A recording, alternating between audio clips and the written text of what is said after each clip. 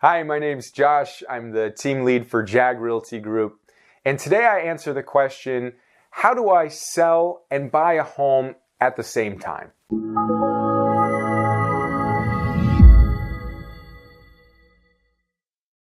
All right, so today I answer the question, how do I buy and sell a home at the same time?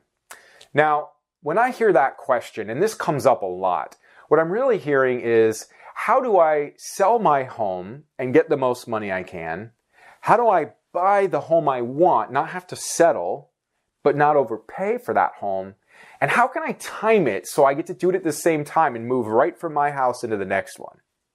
Now, when I break it down like that, you can see there's a lot of moving parts, and it really requires a professional to help guide you through that. Because if you have the wrong person, either you're going to sell at a discount because you're in a big hurry because you don't want to lose your favorite home, or you'll sell well, but you'll end up settling on the home that just works for the right time, or you're not able to line it up and you have to move a bunch of times, which is less ideal.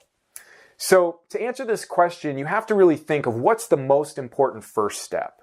For many people, they're unable to buy a home until their home sells. Perhaps the down payment for the new home is coming from the equity of their current home. So if you fit in that category, you have to recognize the first thing that has to happen is the sale of your home.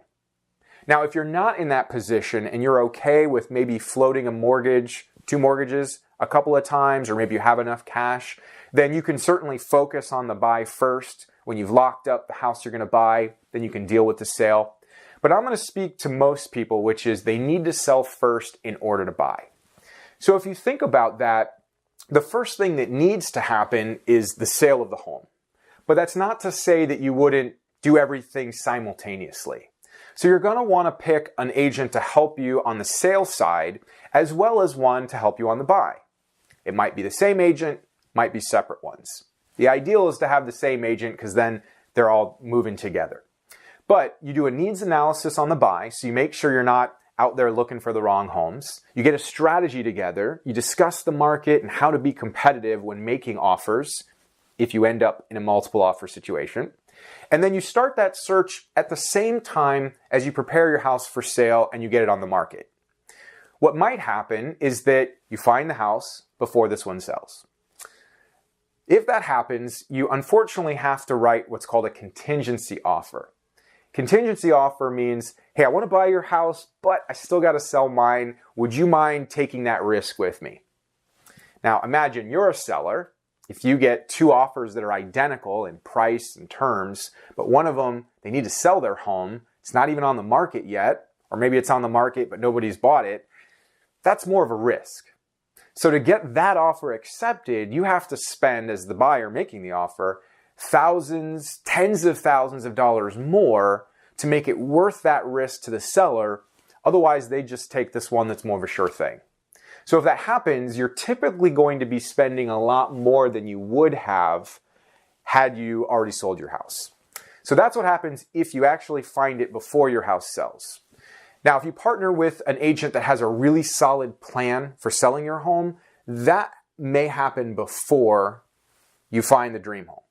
So what happens is when you're considering accepting an offer or negotiating terms, you want to build in a little buffer of time. We call that rent back period. Another way you can do it is you can delay the closing a little bit. And in my experience, I've been successful in delaying closing up to 60 days and then allowing up to 60 more days of rent back. That's about the max you can get. So if you have 120 days from the day you accept your offer, that should be plenty of time to find your dream home, unless maybe your expectations aren't realistic and then you need to reevaluate your needs analysis with your realtor. So in an ideal situation, you'd start both at the same time. You'd get an accepted offer on the sale of your home and allow yourself the rent back and the extended closing if you need it. Meanwhile, you're assertively looking for your dream home.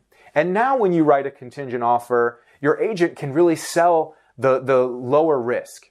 Hey, yeah, we're contingent, but we've already accepted an offer. Or we're contingent, but we're already through the inspection period and just waiting to close. That's a much less riskier offer for the seller of your dream home. So it really comes down to recognizing that in order to be successful in this venture without losing money on the sale or having to vastly overpay on the buy or maybe having to move multiple times to keep it together, you really want to hire an agent who specializes in helping people manage both processes at the same time. All right, well, today I answered the question, how do you sell a home and buy a home at the same time? I'm Josh Gartenbaum, the team lead for Jag Realty Group. I hope you found this information helpful.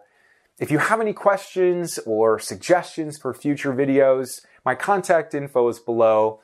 Feel free to reach out, and I hope to hear from you. Thanks again for watching, and have a great rest of your day.